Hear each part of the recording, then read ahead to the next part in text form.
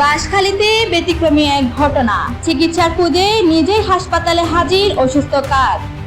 চট্টগ্রামের বাঁশখালী উপজেলায় এক বিরল ও মানবিক দৃশ্যের সাক্ষী হয়েছেন স্থানীয়রা। অসুস্থ হয়ে পড়া একটি কাক নিজেই চিকিৎসার আশায় উপজেলা প্রাণী সম্পদ ও ভেটেরিনারি হাসপাতালে হাজির হয়েছে, যা এলাকায় কৌতূহল ও বিস্ময়ের সৃষ্টি হয়েছে। বুধবার 15 এপ্রিল সকালে বাঁশখালী উপজেলা প্রাণী সম্পদ ও ভেটেরিনারি হাসপাতালের বারান্দায় কাকটিকে প্রথম দেখতে পান কর্তব্যরত চিকিৎসকরা। শুরুতে স্বাভাবিক মনে হলেও কিছুক্ষণ পর কাকটির আচরণ অস্বাভাবিক বলে মনে হয়। পরে সেটিকে কাছে এনে পরীক্ষা করলে জানা যায় এটি পক্স রোগে আক্রান্ত। উপজেলা প্রাণী সম্পদ সম্প্রসারণ কর্মকর্তা ডক্টর জুলকারনাইন শাওন জানান, সকাল 9টার দিকে হাসপাতালের প্রবেশ মুখে কাকটিকে দেখা যায়।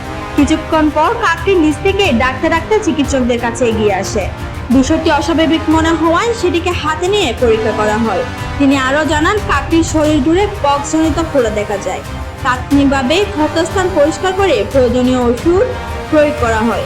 চিকিৎসার সময় কাকটি অস্বাভাবিকভাবে শান্ত ছিল এবং কোনো ধরনের প্রতিক্রিয়া দেখায়নি, যা উপস্থিত সবার নজর কেড়েছে।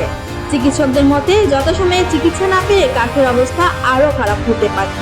তবে প্রাথমিক চিকিৎসা দেওয়ার পর এর শারীরিক অবস্থার উন্নতি লক্ষ্য করা গেছে। বর্তমানে কাকটি হাসপাতালের আশেপাশে অবস্থান করছে, কখনো গাছের ডালে আবার কখনো হাসপাতালের বারান্দায় ফিরে আসছে। এদিকে কাকটির চিকিৎসা নেওয়ার দৃশ্য ধারণ করে সামাজিক যোগাযোগ মাধ্যমে ছড়িয়ে পড়লে বিষয়টি দ্রুতই ব্যাপক আলোচনায় আসে। অনেকেই ঘটনাকে প্রাণীদের বুদ্ধিমত্তা, অনুমতি এবং বেঁচে থাকার প্রবল ইচ্ছার এক অনন্য উদাহরণ হিসেবে দেখছেন। স্থানীয়দের মতে এমন ব্যতিক্রমী ঘটনা সচরাচর দেখা যায় না, ফলে কাকটির এই আচরণ এলাকায় আলোচনার কেন্দ্রবিন্দুতে পরিণত হয়েছে।